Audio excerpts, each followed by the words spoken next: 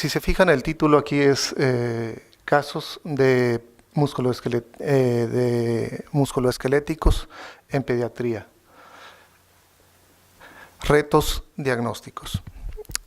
La finalidad de hablar de osteocondritis y abordar estos temas es por lo siguiente. Dentro de la edad pediátrica, cuando tenemos alteraciones óseas, muchas de ellas se deben a la debilidad o la zona de, digamos, relativa insuficiencia a nivel de los centros de crecimiento en las estructuras óseas o a nivel de las uniones osteocondrales u osteotendinosas. La mayoría de las lesiones que suceden en los pacientes pediátricos que hacen ejercicio, que se ejercitan o traumáticas, son a nivel de esas zonas de debilidad relativa. Estas lesiones son muy diferentes a las lesiones que podamos encontrar en los adultos. Por lo tanto, nosotros debemos de tomar mucho en cuenta las características propias tanto del hueso, de sus zonas de crecimiento, como sus uniones osteocondrales u osteotendinosas. En este congreso de ultrasonido quise traer un ejemplo donde podamos aplicar propiamente lo que es el ultrasonido, pero muchas de estas lesiones las vamos a ver tanto con radiografía como con resonancia magnética. ¿Cuál es la importancia en este caso del ultrasonido y del conocimiento del radiólogo ante casos de estas características? Nosotros tenemos la capacidad de detectar lesiones que por lo demás pueden pasar muy fácilmente desapercibidas, tanto por el clínico como por el pediatra o por el mismo paciente, y adjudicárseles que son procesos normales en el desarrollo.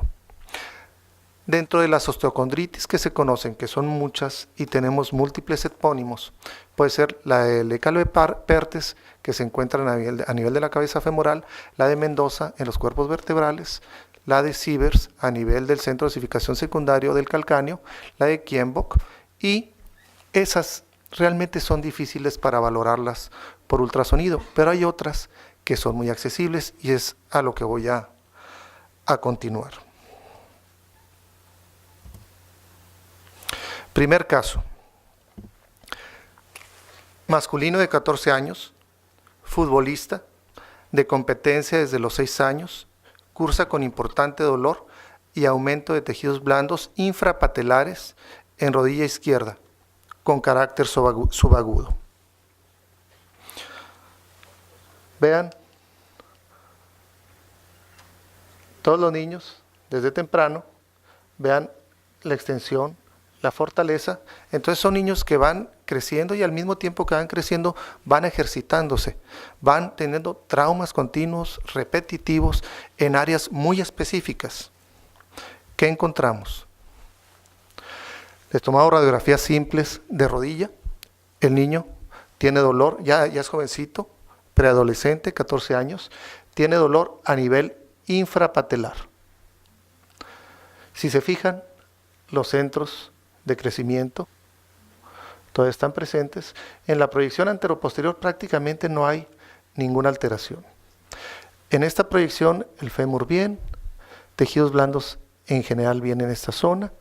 Aquí a nivel de la rótula, si se fijan, podemos ver la inserción rotuliana del tendón del cuádriceps es diferente a la inserción rotuliana del tendón rotuliano. Y vemos acá un poquito, vemos parte de estructuras óseas, vemos un poquito de levantamiento de esta zona del centro de crecimiento, pero vemos aumento de volumen de tejidos blandos.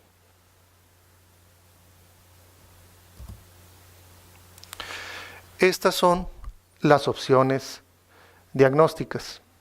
Desgraciadamente aquí no tenemos un apuntador donde ustedes me pudieran decir qué es. Entonces les voy a pedir si me pueden apoyar. Levanten la mano quien piense que es un síndrome de Osgood-Schlatter. Okay. ¿Quién piensa que es un síndrome de Sinding-Larsen-Johansson? Rodilla del saltador, jumper's knee. Fractura del manguito patelar, que es en inglés fractura del manguito patelar. Bueno, esta es la respuesta. Síndrome de Sinding-Larsen-Johansson, ¿sí? Entonces, vamos a analizar un poquito. Si se fijan, estoy comparando una rodilla normal, entre comillas normal. La intención en esta radiografía es valorar la rótula comparativamente con esta rótula. Existen irregularidades óseas, un poquito de esclerosis, un poquito de destrucción, una doble, casi triple y cuádruple pared a este nivel. Y si se fijan, el tendón rotuliano está sumamente engrosado a este nivel. Aquí vemos una línea. Bien, este es el espacio de Hoffa, espacio graso. Aquí vemos cómo se inserta el tendón en la pura radiografía simple en la porción superficial de la rótula. Aquí esto lo tenemos relativamente perdido y engrosado. Acá hay una zona de fragmentación ósea, mientras aquí no la hay. Sin embargo, esto es el proceso inflamatorio que nos habla de que la lesión no está en la inserción distal, sino en la inserción proximal. ¿Qué vamos a encontrar, por lo tanto, en la radiografía simple? Engrosamiento del tendón patelar proximal, aumento en la radioopacidad del tejido graso de Hoffa adyacente, y pueden existir o no calcificaciones o osificaciones distróficas. Y entonces realmente tenemos un diagnóstico diferencial con lo mismo que les había comentado ahorita. ¿Qué vamos a encontrar? Por ejemplo, este es el síndrome de Ottwuch-Schlatter. Entonces, el aumento de volumen está en la porción distal del tendón rotuliano en la inserción tibial. Aumento de volumen, irregularidades óseas. Los fragmentos óseos los podemos encontrar en forma normal, ¿sí?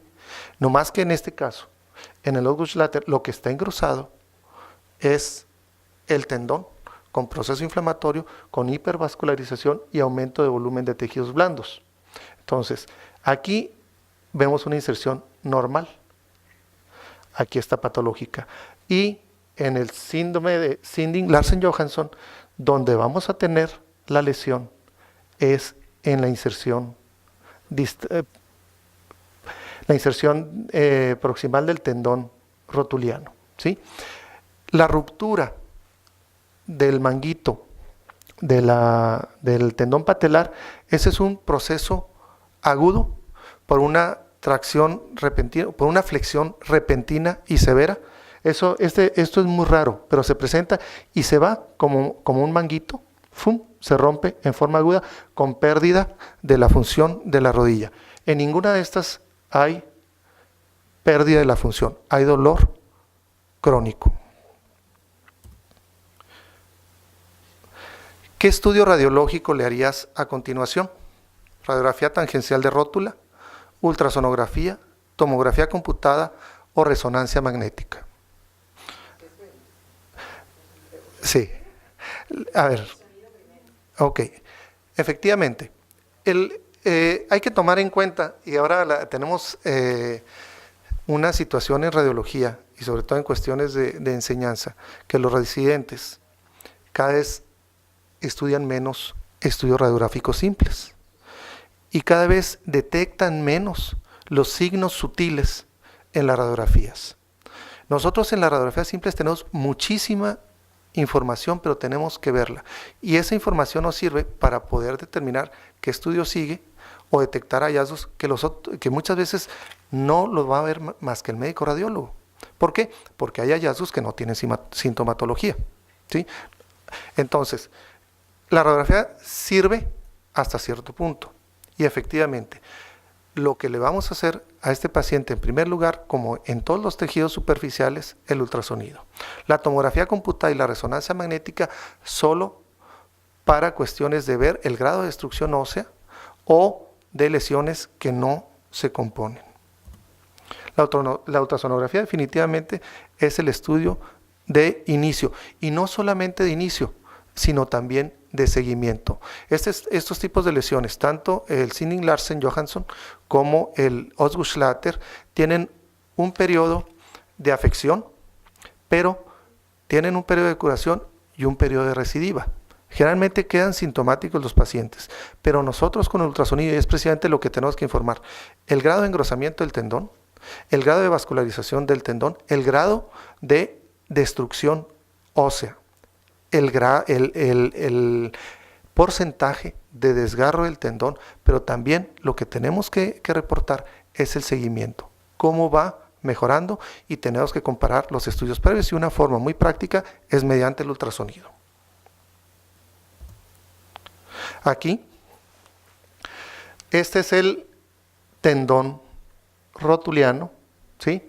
En su inserción rotuliana, vean cómo está ya su porción media y distal, con una ecogenicidad de las fibras completamente normal, con un grosor normal. Sin embargo, vean este severo engrosamiento. El tendón normalmente termina aquí, tiene este grosor, en este caso viene hasta acá. Toda esta zona es de desgarro, donde inclusive podemos ver el incremento en la vascularización. Es increíble. Esta imagen, ahorita ya vimos las radiografías. Cuando vemos las radiografías no nos damos cuenta del grado de erosión y de lesión ósea. Vean, prácticamente hay un hoyo en esa rótula. Vean, aquí estoy viendo una rótula normal, estoy viendo la rodilla contralateral. ¿Ven cómo se ve la rótula? ¿Cómo se ve el tendón comparativamente? ¿Qué riesgo tiene este jovencito de tener una ruptura más severa? Altísimo, altísimo. Entonces, esta es la diferenciación entre el Sinding-Larsen-Johansson cuando es proximal. Lo mismo vamos a ver en el Osgood-Schlatter, pero distal. Muy bien. ¿Cuáles son las consideraciones con respecto al Sinding-Larsen-Johansson o apofisitis distal de la rótula? Como definición, es la lesión crónica por tracción, microtrauma repetitivo de la unión osteotendinosa inmadura a nivel del aspecto proximal del tendón rotuliano. La edad promedio es de 10 años y va de 8 a 14 años. Generalmente la sintomatología de esta lesión, precisamente como es en el periodo del desarrollo, va ya cuando ya se detecta, se da el reposo. ¿Cuánto va a durar ya en reposo? Entre 1 a 36 meses. ¿De qué depende? No solo del reposo, sino de las causas que originan esa osteotendinitis. No es por el hecho de que sean deportistas, hay otras causas y las vamos a ver. Este tipo de patología, como es precisamente por niños que hacen mucho ejercicio, sobre todo de extensión, fútbol, tenis, el 85% son varones. La frecuencia entre izquierda y derecha es lo mismo y puede ser unilateral o bilateral. La diferencia es que sea el miembro dominante, ¿sí? Estas lesiones se presentan cuando haya importante actividad física, deportiva competitiva, hasta 75% en jugadores de fútbol o deportes con alta demanda del aparato extensor. Es importante notar que en niños que se presentan estas osteocondritis se pueden presentar otras, como es el Osgood-Schlatter, hasta en un 13%, o la enfermedad de Sievers, hasta un 20%. Este tipo de osteocondritis también tiene muy alta frecuencia en pacientes con parálisis cerebral infantil. ¿Por qué? Porque hay espasticidad de los músculos del aparato extensor. ¿Cuáles son los factores predisponentes? 1. Aumento de la pendiente tibial posterior, eso se obtiene mediante algunas reglas. Acortamiento de los músculos isquiotibiales, o en inglés hamstrings, ¿sí? ¿Cuándo es útil la resonancia magnética? Cuando se van a valorar las lesiones que involucran el aparato extensor y que no se recuperan.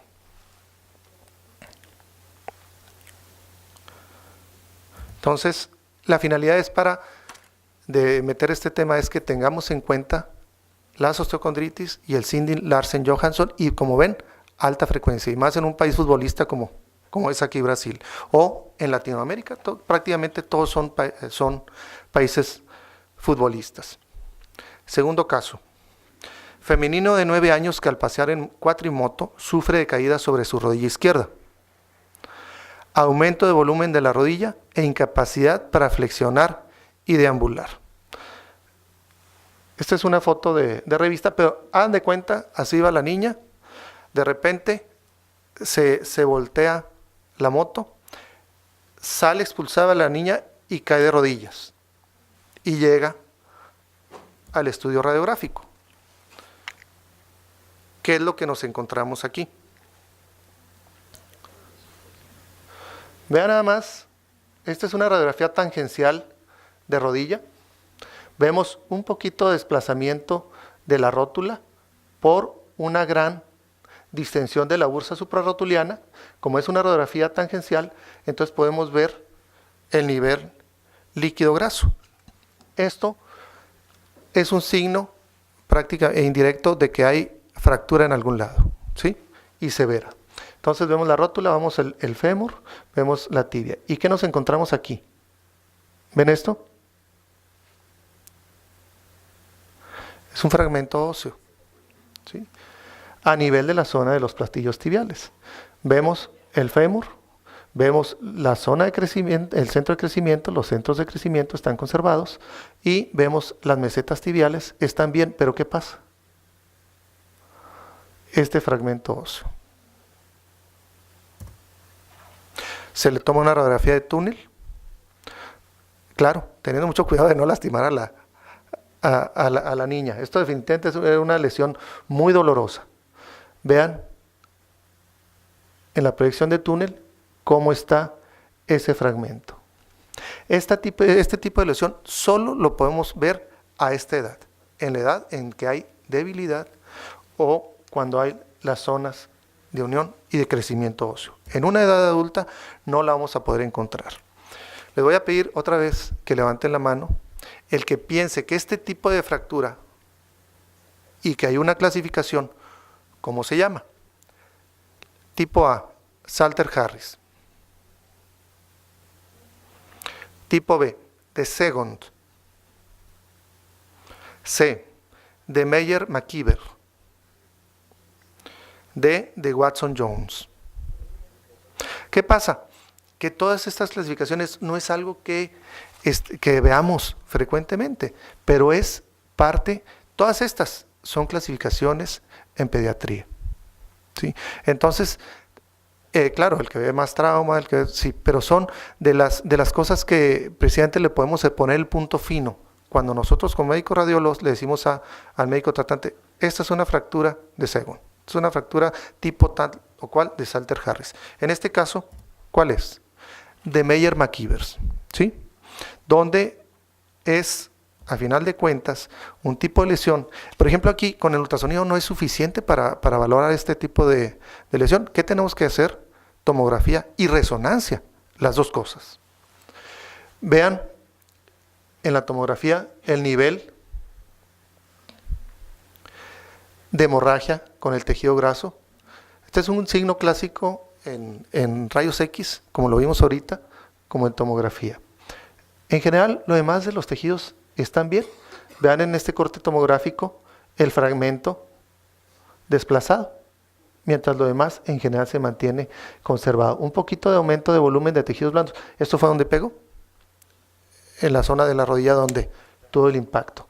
Aquí vamos a ver en esta reconstrucción cómo está en general bien las estructuras óseas y cómo está ese fragmento en la reconstrucción.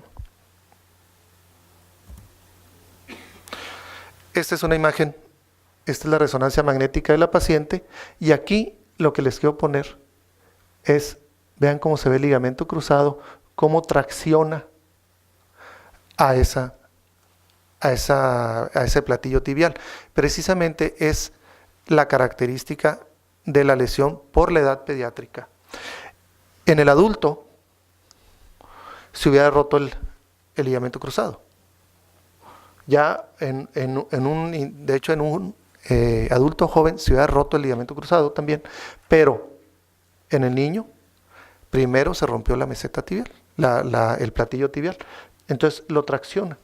Entonces la clasificación de McKeevers lo que hace es decir, dependiendo del grado de desplazamiento, si no hay desplazamiento, si el desplazamiento es de aproximadamente 3 milímetros, cuando hay una completa avulsión, y hay veces que no solamente hay avulsión de este fragmento, sino también hay inversión, se voltea el fragmento. Esto tiene importancia para el tratamiento. ¿Qué pasa? Cuando el fragmento que está parcialmente avulsionado está en estos rangos, puede tener con pura estabilidad y llegar a curarse. Cuando está de este tipo, por fuerza, es cirugía. En fractura de la eminencia tibial anterior y lesión al ligamento colateral cruzado anterior, ¿qué otra lesión esperas? Lesión de los meniscos. Levante la mano los que piensen que puede haber lesión de los meniscos. Ligamento colateral, hemartrosis, fractura osteocondral o todas las anteriores. Todas las anteriores. Cualquiera de estas lesiones se puede presentar y por lo tanto de ahí depende qué le vamos a hacer. Y es antes de que se defina si este paciente va o no a cirugía, se tiene que hacer la resonancia magnética. Se tiene que hacer la resonancia magnética para ver si hay lesión meniscal de los ligamentos colaterales, qué tanto está lesionado el ligamento cruzado anterior o el posterior. Fractura de eminencia tibial o fractura avulsión del ligamento cruzado anterior. En las radiografías generalmente se utilizan vistas estándar. En mi caso, por ejemplo, yo cuando vi a esta paciente dije, esta tiene una lesión importante y en este caso yo quiero ver si hay o no hemartrosis, por eso le pedí la tangencial. Eso es ya decisión de cada quien. En mi caso yo sentí útil esa proyección, como sentí útil también la proyección de túnel, ¿sí? Aquí el criterio es, debemos de tomar las radiografías que sean necesarias, pero también cuidar la movilización del paciente. Debemos de hacerlo con la menor molestia posible. La tomografía es útil para el plan quirúrgico y la resonancia es la mejor para determinar daño asociado a meniscos y ligamentos. Esta lesión que estamos viendo es muy rara. La mayor frecuencia es en edades de 8 a 14 años. El mecanismo, trauma, rápida desaceleración e hiperextensión de la rodilla. En la eminencia tibial, porción no articular entre los platillos medial y lateral. Se afecta la inserción del ligamento cruzado anterior entre 10 a 14 milímetros del borde anterior de la tibia.